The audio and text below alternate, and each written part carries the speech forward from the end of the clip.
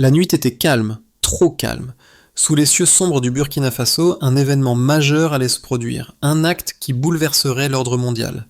Des drones invisibles et silencieux dominaient l'espace aérien africain, leurs ailes effleurant les frontières du pays. Ce soir-là, Ibrahim Traoré allait réécrire les règles du jeu.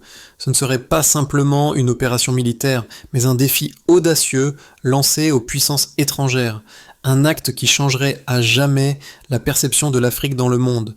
Ibrahim Traoré, capitaine de l'armée du Burkina Faso, se tenait face à un choix qui déterminerait non seulement l'avenir de son pays, mais aussi l'équilibre des forces géopolitiques en Afrique. Dans un monde où les grandes puissances exercent une influence presque omniprésente, le Burkina Faso était sur le point de montrer qu'il n'était plus un simple spectateur. Cette nuit-là, une action décisive était en préparation. Traoré savait que les enjeux étaient colossaux. L'autonomie du pays, sa capacité à défendre son espace aérien et surtout son indépendance face aux ingérences étrangères.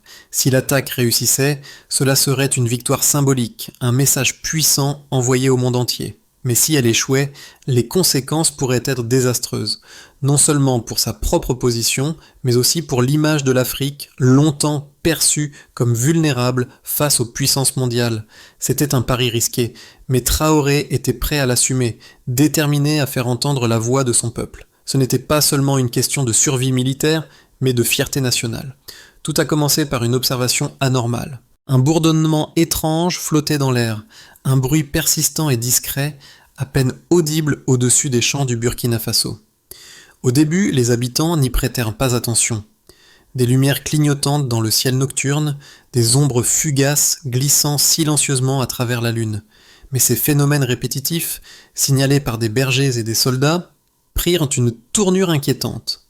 Des drones étrangers, des appareils sophistiqués, survolaient l'espace aérien du pays sans aucune autorisation préalable.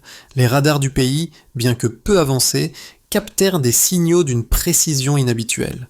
Ce n'étaient pas simplement des drones de surveillance, ils suivaient des trajectoires coordonnées et surveillaient des zones stratégiques récemment nationalisées, notamment les ressources minérales vitales pour le pays. Pour Ibrahim Traoré, ces drones n'étaient pas simplement des instruments de collecte de données, ils symbolisaient un contrôle invisible, une ingérence dans la souveraineté du Burkina Faso. Ce qui semblait être une simple surveillance était, selon lui, un acte de domination, une tentative de maintenir le pays sous le joug des grandes puissances. À ce moment précis, Traoré savait qu'il devait agir. Ce n'était pas simplement une question de défense aérienne, c'était une question de respect et d'affirmation de l'indépendance nationale. Il décida de ne pas laisser cette provocation sans réponse. Son objectif était clair, montrer au monde que le Burkina Faso n'était plus une nation passive, mais un acteur actif de son propre destin. Traoré fit appel à ses ingénieurs pour améliorer les systèmes de détection du pays, tout en ordonnant à son armée de se préparer à toute éventualité. Le défi était de taille, mais il était résolu à prouver que même une nation avec des ressources limitées pouvait se défendre et protéger son espace aérien. Il savait que les conséquences de cette action seraient profondes, mais il n'avait plus de temps à perdre. Le capitaine Ibrahim Traoré n'était pas un homme ordinaire. À ensuite Ans, il avait déjà traversé des épreuves militaires difficiles et porté la lourde responsabilité de guider son pays à travers des moments de grande turbulence. Ce qui le distinguait des autres leaders, c'était sa vision claire pour l'avenir du Burkina Faso. Il comprenait que l'indépendance de son pays ne pouvait se limiter à un discours politique. Elle devait se traduire par une autonomie réelle, notamment dans les domaines technologiques et militaires. Face à l'intrusion des drones étrangers, Traoré savait qu'il ne pouvait pas se contenter de défendre le pays passivement. La surveillance aérienne n'était qu'un symptôme d'un problème plus vaste, la dépendance du pays vis-à-vis des puissances extérieures. Pour lui, la réponse ne résidait pas uniquement dans la mise en place de mesures défensives, mais dans un acte symbolique fort, celui de montrer que le Burkina Faso pouvait se défendre par ses propres moyens.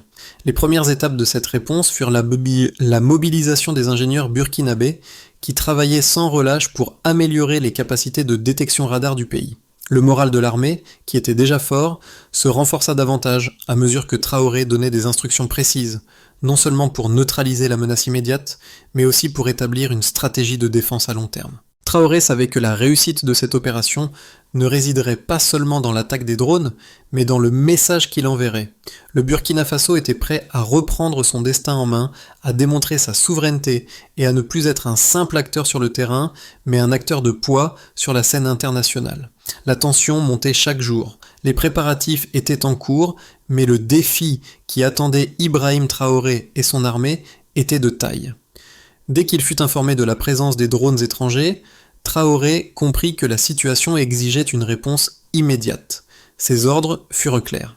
L'armée devait être prête à agir rapidement et les ingénieurs locaux avaient été mis à contribution pour moderniser les systèmes de détection radar. Le capitaine savait que la situation allait dépasser les simples considérations techniques.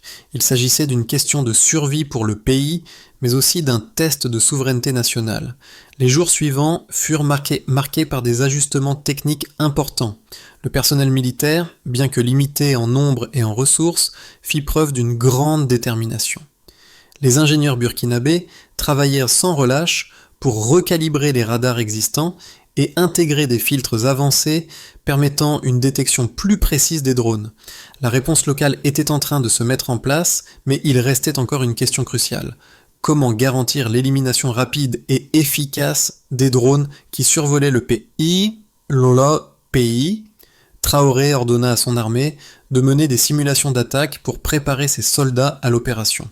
Il savait que l'attaque des drones serait une question de timing et de précision, mais il se préparait aussi à la répercussion internationale que cet acte pourrait avoir. Tout le monde dans l'armée comprenait que ce n'était pas seulement un acte de défense, mais un acte de défi. Lorsque la nuit fatidique arriva, les drones réapparurent, volant en formation comme ils l'avaient fait auparavant.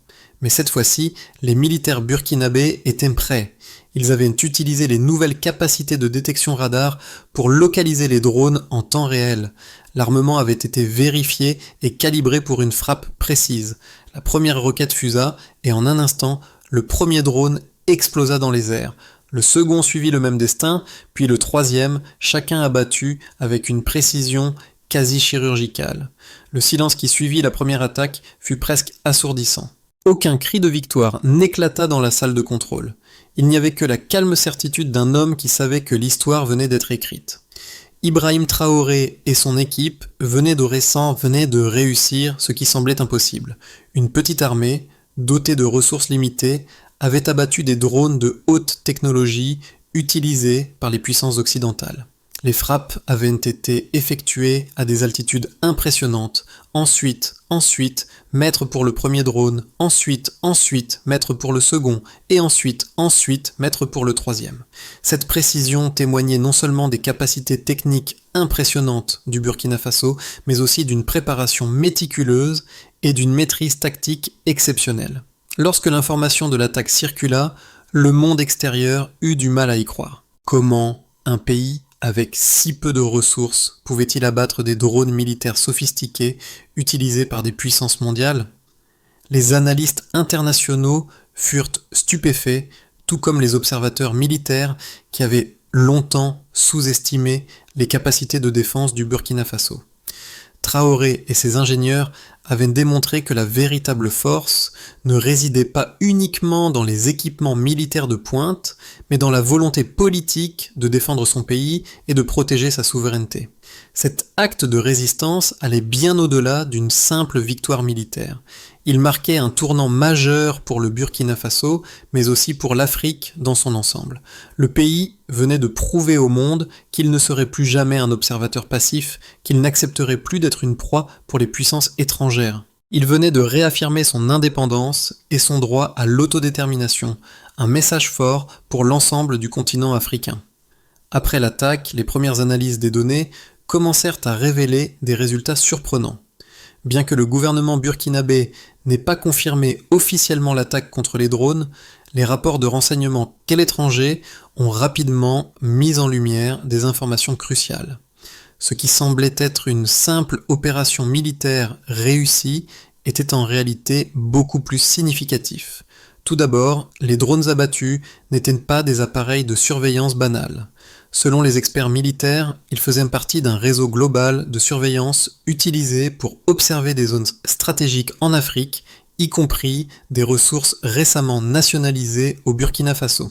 L'objectif n'était pas seulement la collecte de renseignements, mais aussi une tentative de maintenir un contrôle sur les ressources vitales du pays. Les données provenant des radars locaux ont montré une amélioration spectaculaire de la capacité de détection du Burkina Faso. Avant cette opération, les radars étaient relativement obsolètes, capables de détecter des objets à des distances limitées.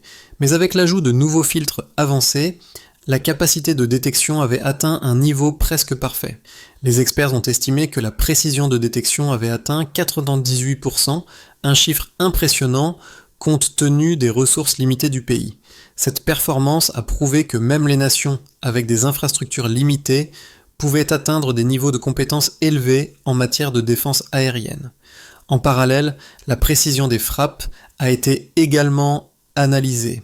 Les images satellitaires et les données radars ont confirmé que les frappes étaient ciblées avec une grande précision. Chaque drone abattu avait été suivi en temps réel et les frappes avaient été réalisées avec une synchronisation parfaite. Le premier drone a été abattu à une altitude de ensuite mètres, le second à ensuite mètres et le troisième à ensuite mètres. Cette précision était un signe évident de la capacité du Burkina Faso à mener des opérations militaires complexes, même avec des ressources limitées. Les rapports des analystes militaires internationaux ont révélé que les drones utilisés par les puissances occidentales opérant au-dessus du Burkina Faso étaient équipés de technologies de pointe, y compris des capacités de vol à haute altitude et à grande vitesse. La question se posa immédiatement: comment un pays avec des ressources limitées avait-il pu abattre des appareils de surveillance aussi sophistiqués ? La réponse résidait dans l'amélioration spectaculaire des capacités locales. Grâce à une combinaison d'ingéniosité locale et de détermination, le Burkina Faso avait non seulement surmonté les défis technologiques, mais il avait également créé une réponse plus efficace que prévu. Les frappes étaient non seulement précises, mais elles avaient été réalisées avec une synchronisation parfaite, un exploit remarquable pour une armée aux ressources limitées. Un autre élément clé a été la capacité du Burkina Faso à neutraliser les drones à des altitudes exceptionnelles. Les drones, qui volaient à des hauteurs où seuls les systèmes de défense les plus avancés peuvent être efficaces, ont été abattus avec une telle précision qu'il était difficile pour les experts militaires de croire que ces frappes avaient été effectuées par une armée aussi modeste. Le fait que ces frappes aient eu lieu à des altitudes aussi élevées prouvait que les systèmes de détection et d'armement du Burkina Faso étaient à la hauteur des défis auxquels ils faisaient face. Les analystes militaires ont souligné que cet exploit avait des implications géopolitiques importantes. Ce n'était pas simplement un coup de chance. Il s'agissait d'un signe de la montée en puissance de l'Afrique, un message clair que même les petites nations pouvaient se défendre contre les puissances mondiales. Les experts ont suggéré que cet événement pourrait inciter d'autres pays du continent à investir dans des capacités de défense locale et à se préparer à affronter des défis similaires. L'attaque contre les drones avait montré au monde entier que l'Afrique était prête à se défendre, à prendre en main son destin et à ne plus accepter d'être sous le contrôle des grandes puissances mondiales. L'attaque des drones par le Burkina Faso a rapidement suscité des réactions diverses au niveau international. Si certains analystes ont salué l'ingéniosité et la rapidité de la réponse burkinabé, d'autres ont rapidement cherché à minimiser l'ampleur de cet exploit. Selon eux, ce succès n'était qu'un accident, une anomalie que l'armement local, bien que modeste, aurait pu réussir à éliminer des drones étrangers par pur hasard. Cette interprétation ne tenait pas compte de la réalité des données disponibles, qui démontraient une planification méticuleuse et une exécution soignée de l'opération. L'argument principal des sceptiques reposait sur l'idée que les frappes contre les drones ne pouvaient pas être attribuées uniquement aux ressources locales du Burkina Faso.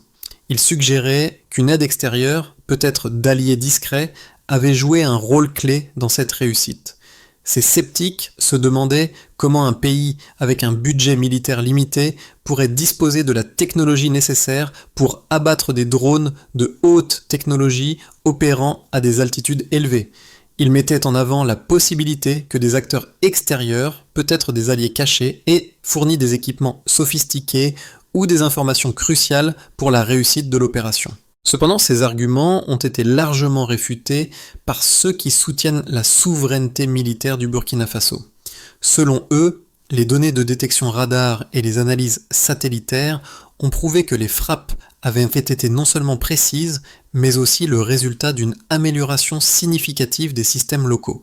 Les ingénieurs burkinabés avaient réussi à recalibrer les radars du pays, atteignant une précision de détection de 98%. Ces experts ont souligné que la capacité à suivre les drones en temps réel et à abattre des cibles avec une telle précision témoignait non seulement des compétences techniques du pays, mais aussi de la volonté de son gouvernement de ne pas se laisser intimider par des puissances extérieures. Les partisans de cette version de l'histoire ont insisté sur le fait que le succès de l'opération était d'abord le fruit de la préparation et de la stratégie militaire, mais aussi de la capacité du Burkina Faso à tirer parti de ses propres ressources humaines et techniques. Ce n'était pas un simple coup de chance, mais un signe que le pays, bien que modeste, avait les moyens de se défendre seul, sans dépendre de l'aide étrangère. L'événement a aussi eu un impact plus large sur la région. D'autres pays africains ont vu dans cet exploit une source d'inspiration.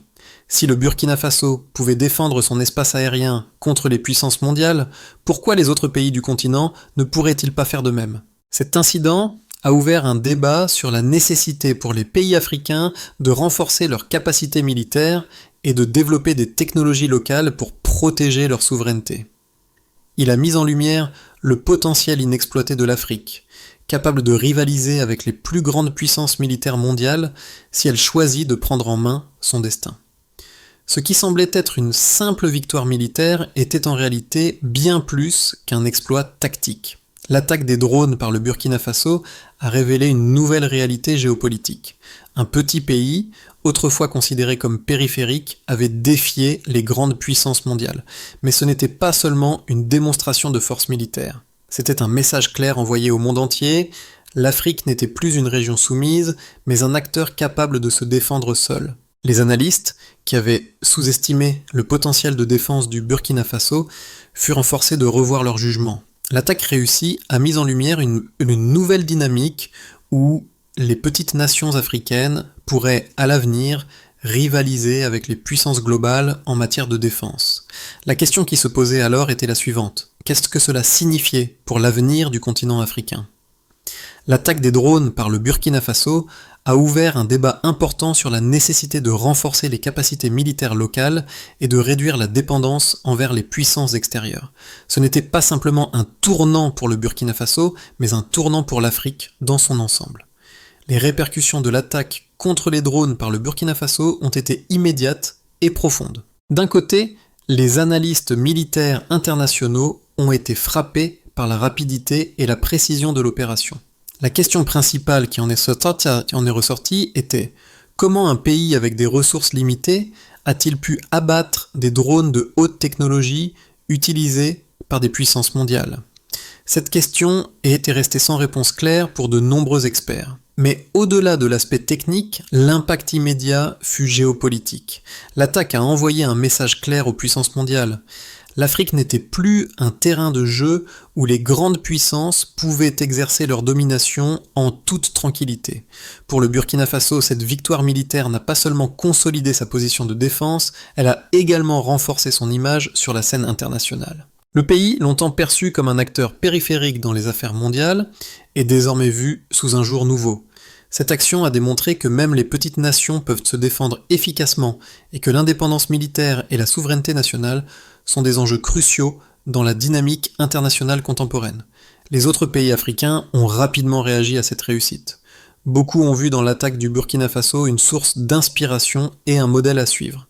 Des voix se sont élevées pour encourager d'autres nations africaines à renforcer leurs capacités de défense et à investir dans des technologies locales. Ce sentiment de fierté et d'inspiration n'était pas limité au Burkina Faso. Il a rapidement gagné d'autres pays du continent, notamment dans la région du Sahel, qui se trouvaient sous une pression constante de la part des puissances mondiales. Les discussions sur la nécessité de l'autonomie militaire et de la souveraineté régionale se sont intensifiées. Le Burkina Faso était désormais vu comme un modèle de résistance et de détermination pour les nations africaines cherchant à se défendre contre les ingérences extérieures. Les gouvernements occidentaux, quant à eux, ont pris du recul face à cette nouvelle réalité. L'attaque a montré que même les pays les plus petites du continent africain avaient désormais les capacités de se défendre contre des forces beaucoup plus puissantes. Ce changement de dynamique a forcé les puissances occidentales à réévaluer leur stratégie et à se préparer à un monde dans lequel l'Afrique pourrait jouer un rôle plus important dans la sécurité mondiale. Mais la véritable question demeurait, quelle serait la réponse des grandes puissances après cet affront humiliant ? Si le Burkina Faso pouvait démontrer son indépendance et sa capacité à protéger son espace aérien, qu'est-ce qui empêcherait d'autres pays du continent de faire de même ? Il était désormais évident que l'Afrique n'accepterait plus de rester passive face aux ingérences étrangères.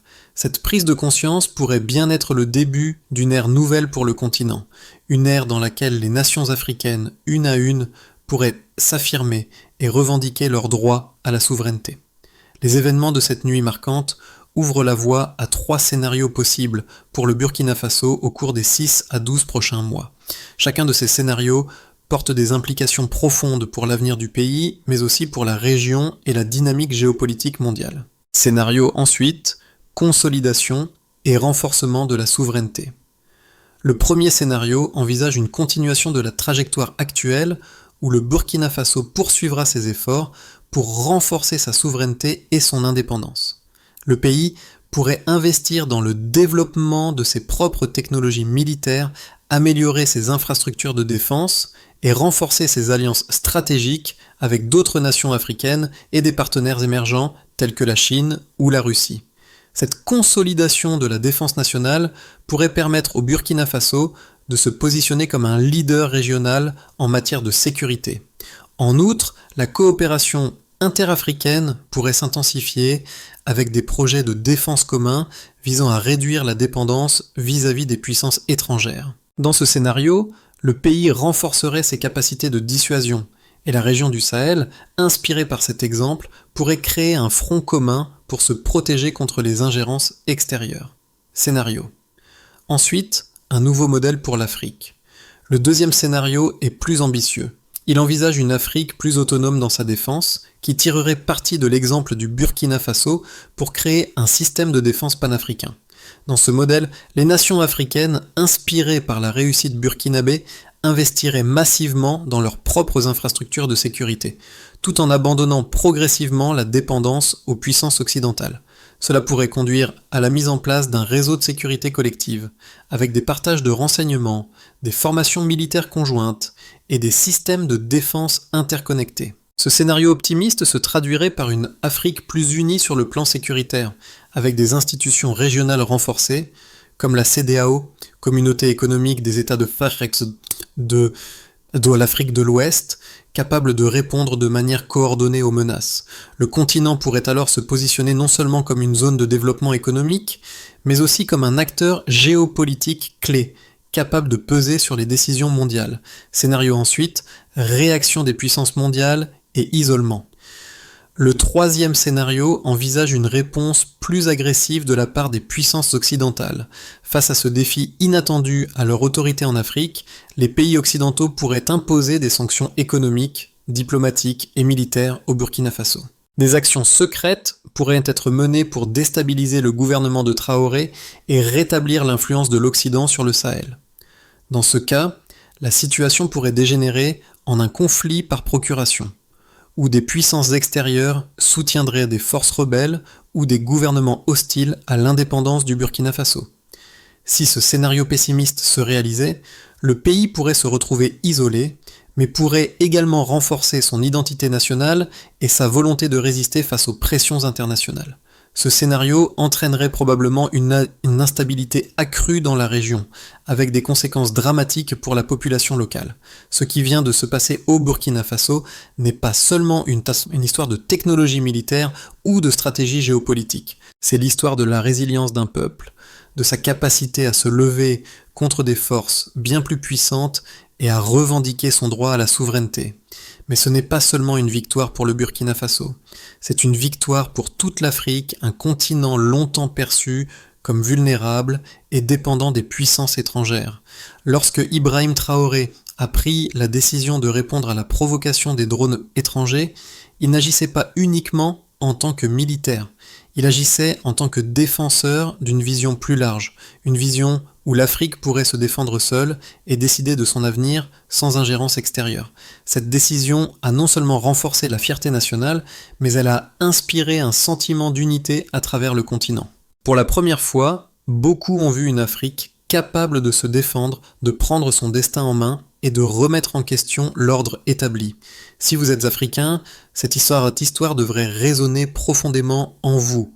C'est une invitation à réfléchir à notre place dans le monde. Ce n'est pas seulement un appel à la résistance contre les ingérences étrangères, mais aussi à la solidarité entre les nations africaines.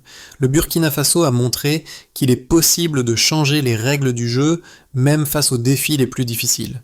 Si un petit pays comme celui-ci peut réécrire les règles de la souveraineté, alors qu'en est-il des autres pays du continent ? Le changement est possible, et il commence ici, avec chaque individu qui choisit de défendre ses droits et ses valeurs.